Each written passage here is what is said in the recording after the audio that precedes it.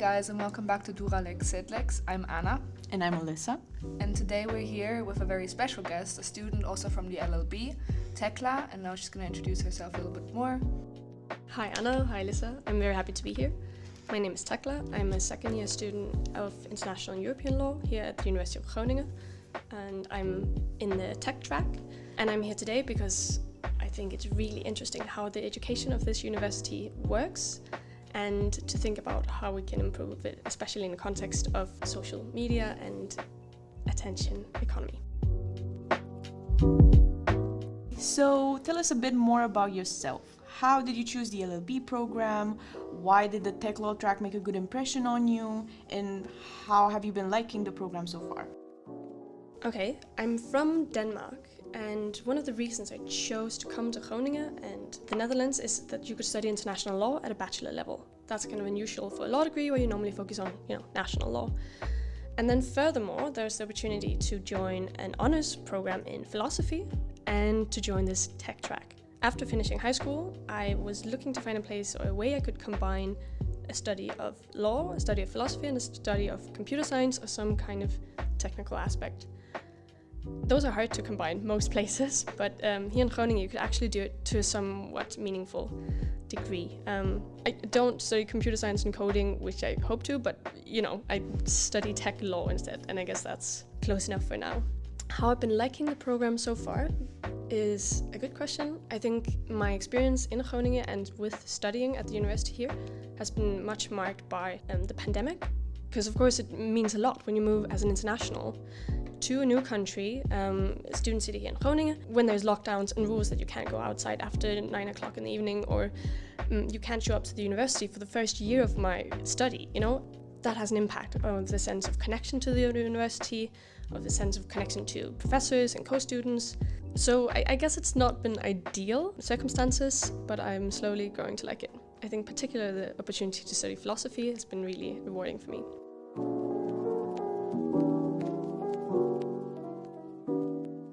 Nice, so the philosophy that you study, that's part of the honors program, right? Exactly. Could you please explain a little bit what the honors college is and how you kind of got into that, where the opportunity came from, and what exactly people do in the honors college? Okay, so the honors college is an extracurricular, offer for students who are on top of their normal studies. There are two different directions. So there's a small program in philosophy with 25 students, and then there's a big program in the general honors college, which has some deepening aspects where you study more in depth in the faculty you come from. So in law, you would study particularly interesting and current topics with law and have cool professors present topics they really care about outside normal classes. And you would also have broadening modules, so taking classes from other faculties, in mathematics and in religious studies and in arts and whatever, things you're not presented to in your normal degree. And it's much bigger, it's 300 students, I think, something like that.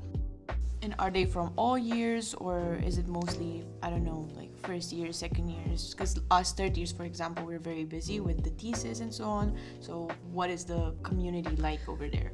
Right, you start in the first year, you apply in January, December, something like that, or early in the second semester.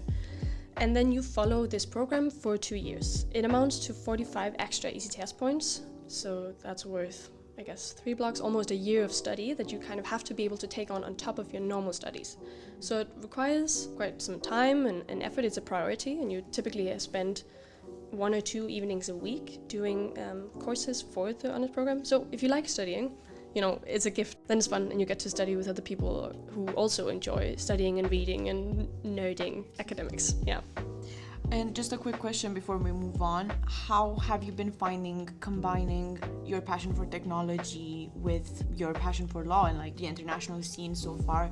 Do you feel satisfied? Do you think there could be improvement on this? Because me personally, I also enjoy technology. The technology track was introduced in our year, and I made the mistake, I think, of not joining back then because we had a course with Professor Prachovica later on, and it was really eye-opening for me, and I really enjoyed it. So I am also interested in what you think as a tech law student. Do you think it's doing a good job? I think it's coming. We only just had the first tech law courses last block, so a couple months ago, and that's 1.5 years into my study. So I would say so far most of the things I've studied have not been particular to technology law. I think some positive aspects, and the thing that you just said, we had a class with Mando, I think it indicates a sense of community perhaps in the smaller technology track, because we have a handful of professors that we have in many of our courses, and you get to know them by first name, and you meet them, and there's a sense of they are taking care of you, particularly as tech law students. So I think there's a nice community, which is driven also to a large extent by the professors that are running this track. And because it's new, there's also a sense of, we have to figure it out a bit together as students and faculty to figure out what should the degree look like, and perhaps even more so for your classmates have been part of, they've been the test rapids. So you're here today because you did something really extraordinary. You drafted a course for the honors program, right? Yeah. So can you please explain a little bit more, like, where did the idea come from? Why did that happen? And how have you been finding that so far? One thing that I have continuously found challenging over the past maybe 10 years in growing up and being around other people my age is how our lives and the way we interact with each other is affected by social media. In my upbringing, I was around people who used Instagram, Facebook. Now I think a lot of my co-years use TikTok, but I think they affect our lives in such a way that it interrupts my daily life. And that was the starting point for thinking about and starting to research, what are bigger impacts of persuasive technology in these social media platforms, not just for me, but, how does it affect our democracy, or how does it affect education or ability to study? And that became a starting point for thinking about what are the responsibilities for a university. Should we, or could the university in some ways prepare us better to, to study well, to focus and develop concentration skills, prepare us better to actually make friends when we're at university, and not just, have a distance to the people around us that I think some of these platforms can often create. And also, how can the university help us to navigate this, what you could call a broken social media environment that prevents us from understanding complex problems? And yeah, I don't know if we can go into how some of these things work. No, yeah, please do. I think it'd be really interesting for everyone to kind of have a bit more insight. Yeah, but before you do, how would you say have you noticed, you personally, we don't need like an expert researcher opinion right now. How would you say the pandemic kind of made this worse? Globally, people have noticed how, because social contact like in physical form has been blocked or largely restricted for over the past 2 years, many things moved online, and now obviously that has had consequences. What's your opinion on that? I can talk to my personal experience of starting a new study, moving to a new place without knowing anyone here. And one effect was that my main method of getting to know my co-years was a WhatsApp group with 280 people, with all the students that I could sometimes, see online. No one would have their videos on, so I had no idea of how anyone looked. But, the people I met in class, the only way I could socialize with them more or less was this WhatsApp group. And maybe people have different standards for what good communication looks like. But my experience from that group was not positive. I don't think I would call it bullying, but there were definitely negative elements of talking about when a class would be going on, someone would write in the whole group like, oh, a student is really thinking like they're the center of attention, like €5 if you can guess who this student is. Stuff like that, which would make it an unsafe environment for everyone, not just, everyone, well, at least my experience was that forced me to think, oh, am I being too active in class? Like, do other students, are they making fun of me in the middle of the class, So I think my experience was that my expectations of my co-students, just even though there were a few people who impacted the atmosphere amongst the whole student group, I would generalize that and have expectations that perhaps I couldn't trust most of my co-students. And I think that's a very harmful and dangerous, or at least, harmful effect, very destructive to creating a nice study environment where people dare to speak up and contribute in class and ask questions and all these things. If you can explain what the role of social media is in the lives of students, and you kind of explain how it relates a lot to attention, which is the main focus of your idea for the Honors College. What role does social media play in the lives of students according to you, overall? So some of the implications of social media, there are two overall things that I think are relevant for university education. One is that it amplifies major societal issues, and the second is that it undermines students' ability, anyone's ability, really, to solve problems. So the thing of amplifying major social problems is, for example, you have YouTube recommendation algorithms that push radicalization or radicalizing content. You have Facebook, which was used to incite hatred both before and during and after the 2017 Rohingya genocide. You have advertisements for military material and gear that is posted on Facebook days after the attack on Capitol Hill in January 2021. There are all these examples of how these platforms are part of amplifying societal problems rather than solving them. That's of course an issue for an educational institution like Groningen, who tries to educate citizens and students to actually solve societal problems. They're kind of countering each other. So that's one reason I think the university should care. Secondly, I think the university should care because these platforms undermine our ability, students' ability, to solve problems. And there are three ways it does that. First, it undermines individuals' ability to understand what's actually going on in the world. So for example, fake news spreads 6 times faster on social media platforms than true news. And when you have encountered false news, the next time you meet it, you're more likely to actually rate it or evaluate that it's true, even though the first time you met it, it was flagged as being false, or you knew it was false. And these are elements that make it difficult and time-consuming for individuals to actually determine what information is reliable and valid. Secondly, then social media platforms with their tailor-made distraction and constant interruption, it decreases our ability to think and focus and solve problems. So for example, 75% of screen content is viewed for less than 2 minutes. Like switching content gives a neurological high, and this kind of instant gratification and highly stimulating content that you meet on social media are of course more interesting than understanding the intricacies of, differences between Marxist and liberal international relations theories, right?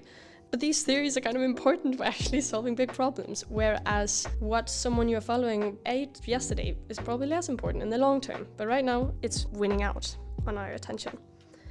Thirdly, social media platforms, even though we are connected as never before, distracts us from real connection, the connections that matter, the connections to our families, our friends, meeting new people at our studies. Statistics say, for example, 50% of Americans rate that their partners are sometimes or often distracted by devices, and you have 11% of parents, only 11% of parents say that devices are not interrupting their relations or interactions with the kids. So the way that these platforms affect our lives, it's taking apart the social fabric that we're part of, at least in liberal democracies. And overall, I think these three reasons combined, that they undermine the ability of students to solve problems. And I think the university should care about that and try to figure out. I know it's really difficult. No one has been in this position before, but I think it's time that we start to talk about, at least to discuss and explore, what could the university do? What responsibility does the university have in terms of educating students to control their own attention and help their peers control attention and the faculty in this reality of extractive attention economies.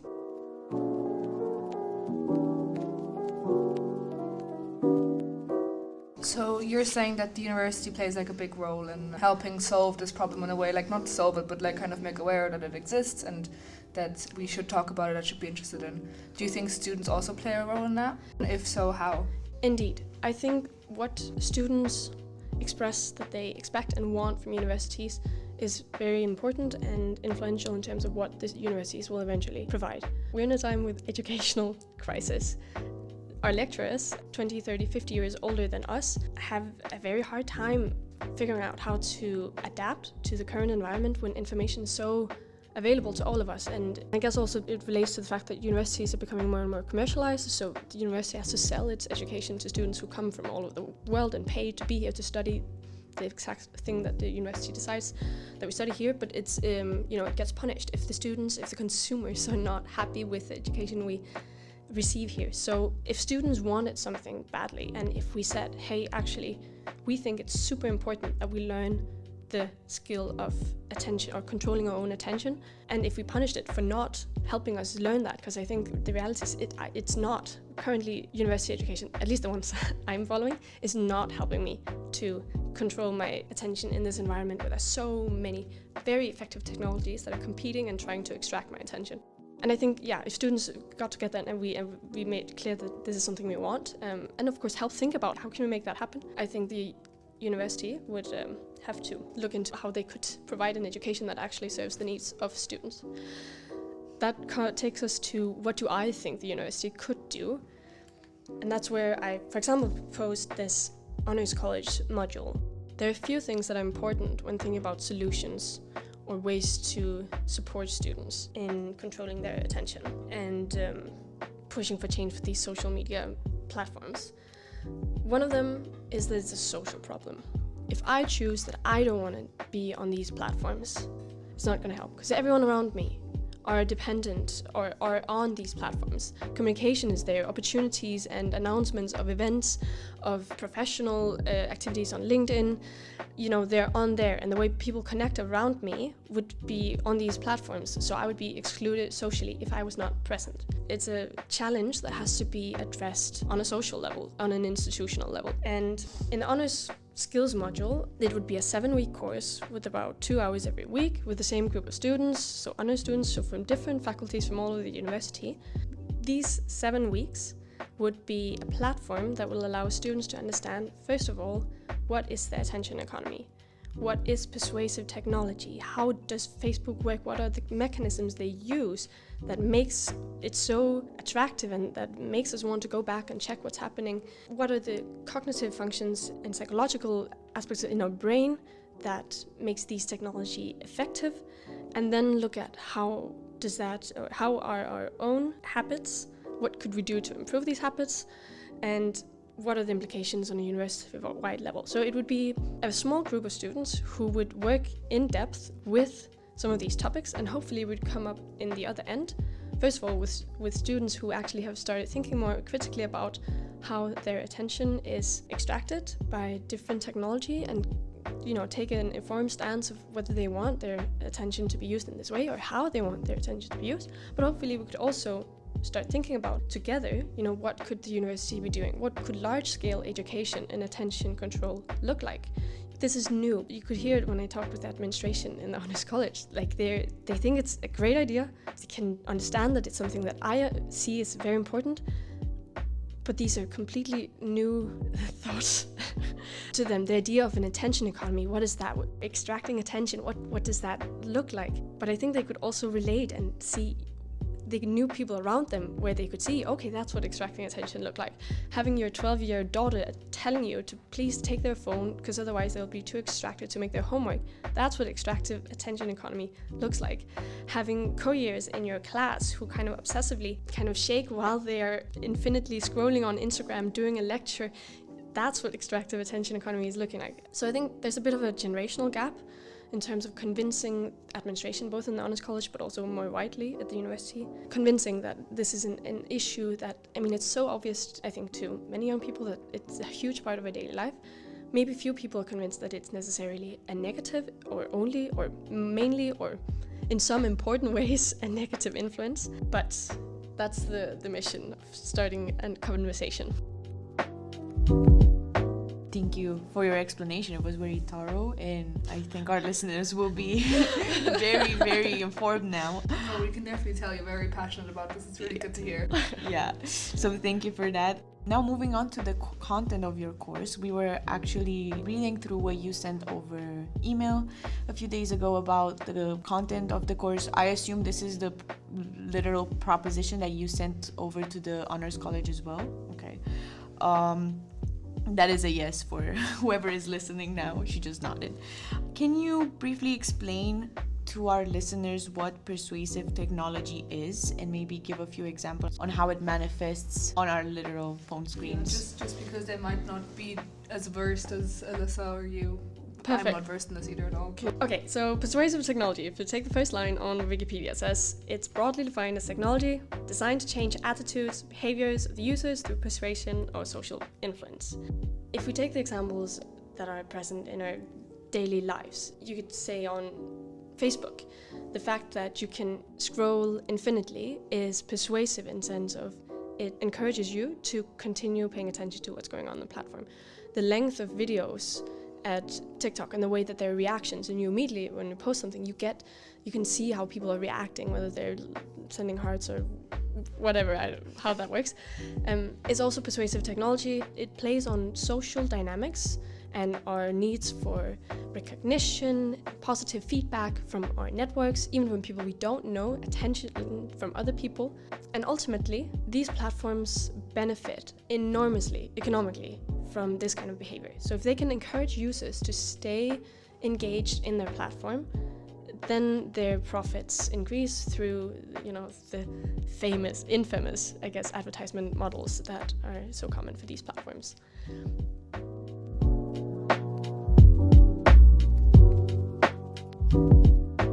So you also, like you mentioned kind of like what it does and like the definitions of it, but do you also think like this endless scrolling and this constant attention that we put on social media can have like adverse effects on our mental health, and like in what way they present themselves, like these sort of negative effects? For sure. So I guess a famous study on how YouTube recommendations affect mental health of particularly young teenage girls through these recommendation algorithms that will put up content or recommend next video with content that is typically outraging. So if some young girl, which, for the algorithms, the user will be identified as a young girl, and if they watch something about food or sports or yoga or something, eventually if they watch one video of something to do with someone trying to lose weight, they can get pushed videos of content of anorexic women talking about their experience, and slowly they can get dragged into these holes of very dangerous content that can affect, for example, mental health and lead to eating disorders. So that's one way that it can have, very real effects on. And again, this is persuasive technology because the recommendation algorithms is designed to give you content that's upsetting or outraging or somehow attract your attention. It doesn't matter, like the way they're designed to attract your attention, not to increase your welfare or your relationship with the people you care about, or your political engagement in democracy, or the diversity of opinions you're presented to. The main objective is to get your attention, and that's a huge issue if we care about all these other things. Yeah, I mean, you can think about how the internet started a few decades ago. The main principle was facilitating information from one end to the other without any intermediaries, and now the aim of the internet altogether is very, very different. It's very economical, very profit-based, and it's ruled by how many companies, like 6 or so, roughly. So thank you for explaining that. Moving on to the next question, how would you say these technologies produce harm, rather on an individual level or a community level? We talked about how you can fall down a rabbit hole and it affects your mental health, and from, just reading, listening, viewing something about a certain topic, you can end up watching something very, very harmful for your brain, for your mental health altogether. We talked about how your attention span is affected and how you can be kind of dependent on this, how it's very hard to avoid these technologies altogether. So are these issues more individual, or are they also affecting us as communities of students maybe, or communities in general? So that's what I would definitely say, that it affects us in all levels, as individuals, as smaller communities, societies, as Western liberal democracies. I guess I've talked about many of the aspects, both effects on individuals, but also how social media amplifies societal problems like inciting hatred in Myanmar. I think maybe one aspect I haven't talked so much about is the large-scale implications for whole societies, or, some actually claim that this might be, if we don't figure out how to get these, or to fix our information society, that might lead to the collapse of our current civilizations. And for example, you can see it how Russia is able to use information and use it as a warfare technique. The way that they could influence and cause havoc in, for example, the 2016 elections in the US, or the Brexit vote in the UK in 2016, or elections in France, etc. The impact that this has is not to underestimate. We live in democratic societies where the involvement of citizens in the governance is central.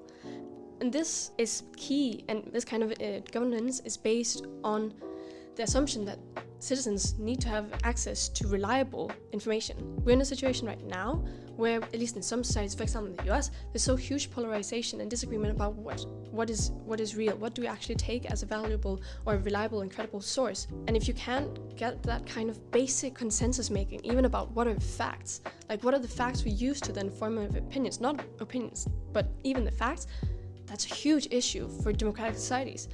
And it's perhaps an issue that some argue has not been taken so seriously by, for example, the US security services, but that it is fundamentally challenging the existence of our current democratic societies.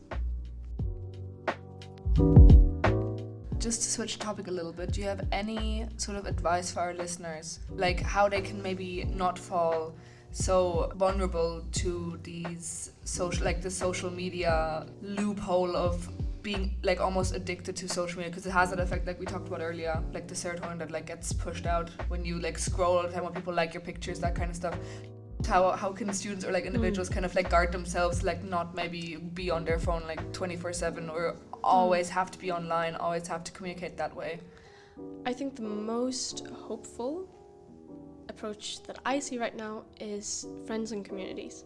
So building friendships and communities where you agree that the way you want to be together is, even without, like when you're present together, like set rules or have agreements about how do you want to be together. I think for me, friends is perhaps one of the most powerful alternatives to this kind of instant gratification that many of these social platforms can have.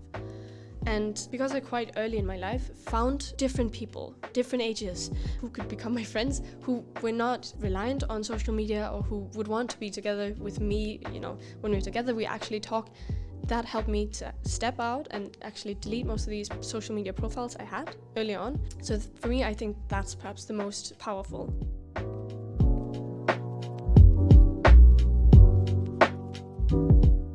So which social media platforms like are you actually still active on?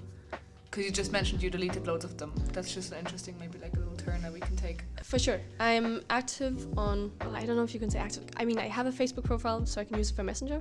I use WhatsApp for direct communication. I have as a principle, I don't use platforms that have infinite scroll. So I don't use the Facebook... just the Facebook feed. Exactly. I don't use the Facebook yeah. feed. I use the messengers. I use direct communication when I can. So platforms that have infinite scroll, that's a no-go. Yeah. Okay. But you can't really stray away from WhatsApp because all of student life is happening on WhatsApp. Not necessarily from a social point of view, but also from an education point of view. You can't really not be on the group chats. You miss out on announcements. Exactly. Yeah. It's impossible. Yeah. And so you made the decision based on these mechanisms that they use to like capture your attention. And yeah, it's really sad that you have to kind of make a compromise regardless of what you choose you're going to be in default. Right. Yeah. Okay. Perhaps one thing that's a bit more hopeful than just like, oh, social media is bad. I acknowledge that many powerful things come out of social media. The way we are connected, the way you can organize and take political action to the streets, the way you can easily gather people who are interested in the same things and create communities online. It's wonderful.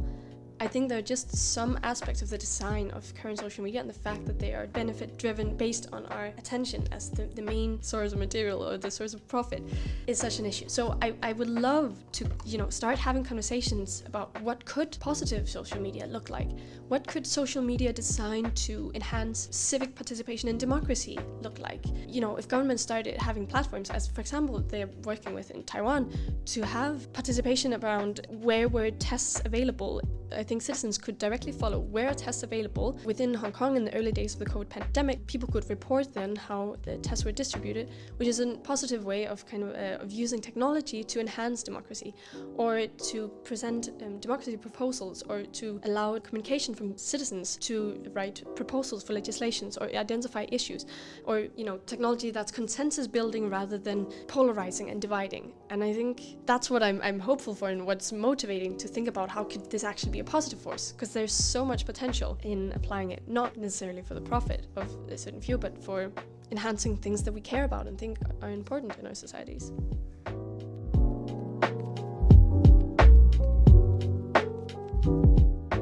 Thank you, because this is actually our last question and it relates to the more positive impact of social media, because in your project you mentioned humane technology in the sense of technology that is aligned with human needs.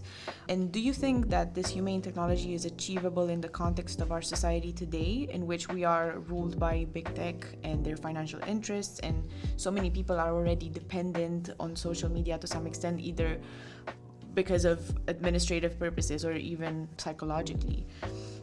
For sure. I think there are positive potential for social media and some of the persuasive technology that they utilize in their designs that could be applied, for example, by governments to increase participation from citizens and different groups into the democratic process of governing a country.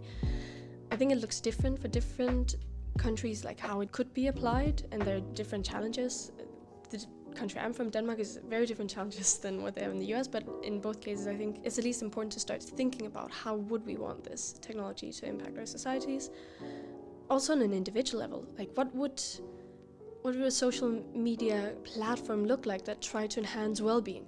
That whenever it could see on your scrolling or your behavior on that platform that, hey, this person is probably not doing well, maybe they're spending a lot more time on the platform than they normally do, they would push notifications for you to maybe call some of the contacts that you care most about, because of course the platform knows. They would push a notification for you to call your best friend, or maybe isn't it time for you that you chat with your grandmother? Or they would present, videos on sleep, health, and how to improve your sleep if they can see that your user behavior or the user track whatever of your behavior on the platform, that you're not sleeping at night, or that you're using a platform outside of hours where you would normally be sleeping.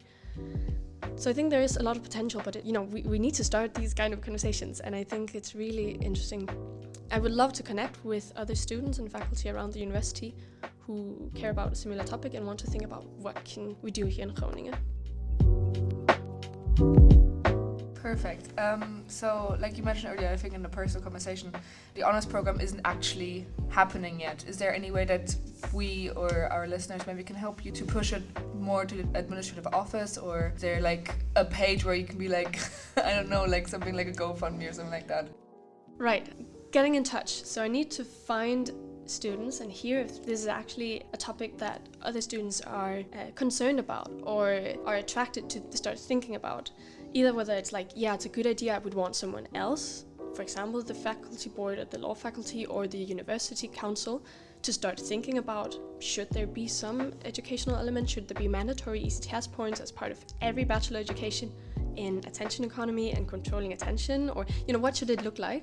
Or also, if you are thinking, I would like to participate, or I would like to think about these things, or I have experiences about the detrimental effects or positive effects of these social platforms that you would want an outlet to discuss, I would love to get in touch, and I'm working on trying to push an agenda for the University Council. So also if there are political university parties listening or anyone else, I am very happy to get in touch and start thinking about together what we can do. Perfect. Thank you so much, Tekla, for coming on the podcast. We'll put your email in the description box so people know how to reach you.